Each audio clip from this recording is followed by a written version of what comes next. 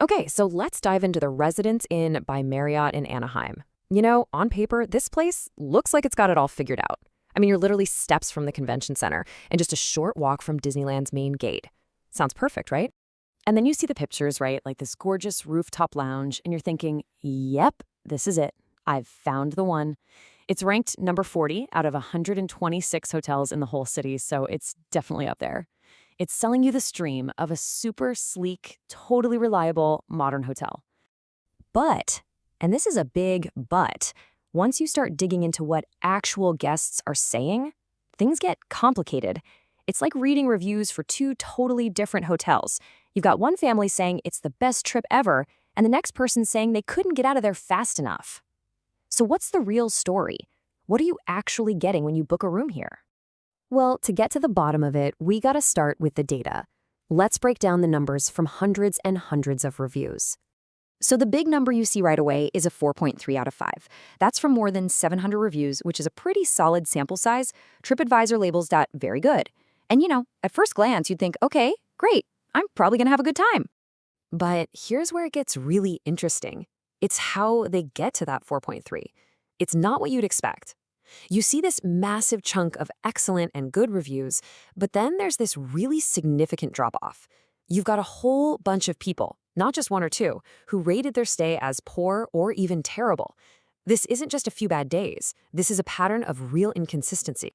Okay, so let's start with the one thing that everybody seems to agree on, the one thing that is an absolute, hands-down slam dunk for this hotel, and that is its location. I mean, a 4.8 out of 5 for location, that says it all. If you're there for a convention, you can just roll out of bed and be there. If you're with a family at Disney, that easy walk back with exhausted kids after the fireworks, that is priceless. Plus, having a 24-hour CVS and Walgreens right there for last-minute stuff, yeah, you just can't beat that. All right, so the location is a total home run, no question. But what about everything else? The amenities? Well, this is where the picture starts to get a little murky. It's kind of a tale of the good and the costly. First, the good stuff. The free breakfast gets rave reviews. People love it. They say it's always well-stocked, there's a ton of variety, and for families, it saves a boatload of money. And come on, who doesn't love Mickey-shaped waffles? It's like a little pre-park magic and a perfect start to the day. But then, you get hit with the extra costs. Parking is a pretty steep $35 a night. Ouch. And this is the one that really gets people, $10 for one load of laundry at a Residence Inn. The hotel brand that's specifically designed for people staying for a while. It just feels wrong. It's a total disconnect that a lot of guests find really frustrating. And honestly, those fees are just the beginning. Now we're getting to the real heart of the issue, the thing that splits all those reviews right down the middle, the rooms themselves. This is where your stay can be absolutely amazing or a total disaster. So you go on the hotel's website and you see these beautiful pictures of bright, clean, modern rooms. That's what you expect. But then you see what some guests actually found when they checked in, like this, a stained duvet.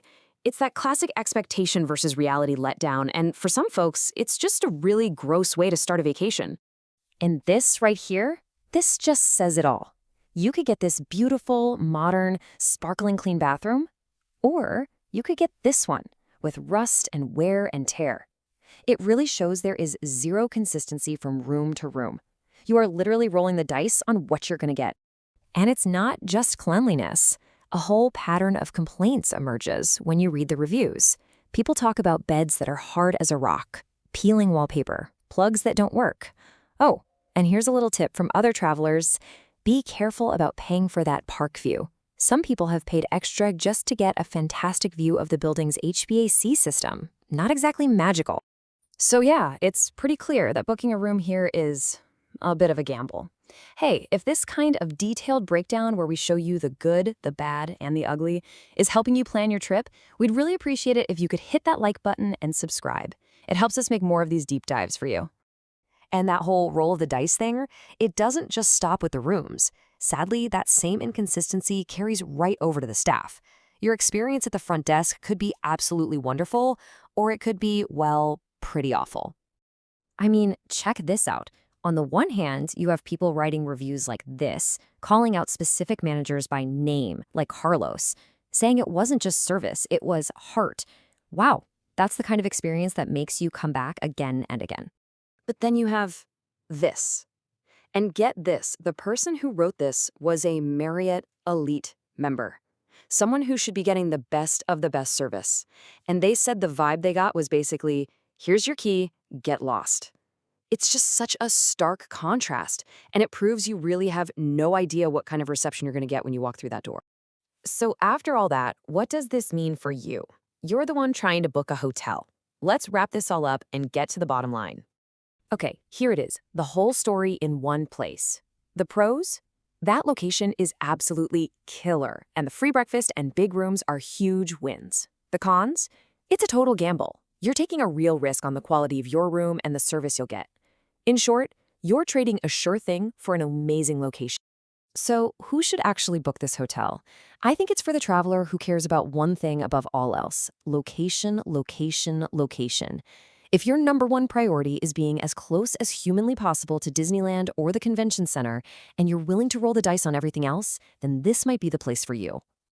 And that really leaves us with a final question, and this one's for you to think about. What do you value most when you travel? Is it that A-plus location, no matter what? Or do you need that peace of mind knowing your room is going to be clean and comfortable, even if you have to walk a little bit farther at the end of a long day? It's a tough call.